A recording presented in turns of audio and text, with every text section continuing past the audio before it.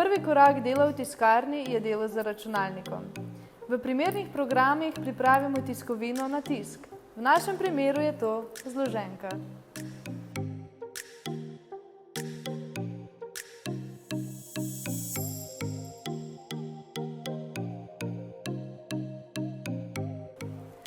Tukaj imamo naš digitalni tiskarski stroj.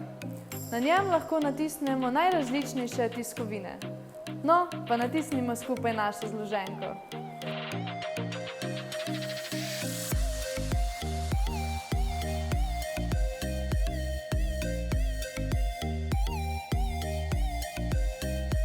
Po tisku na digitalnem stroju tiskovino s pomočjo laserske linije še obrežemo.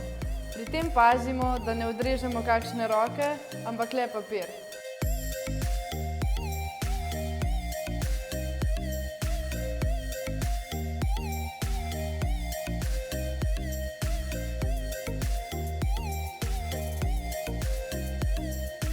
Na tej napravi po procesu grezovanja tiskovino še prepognemo.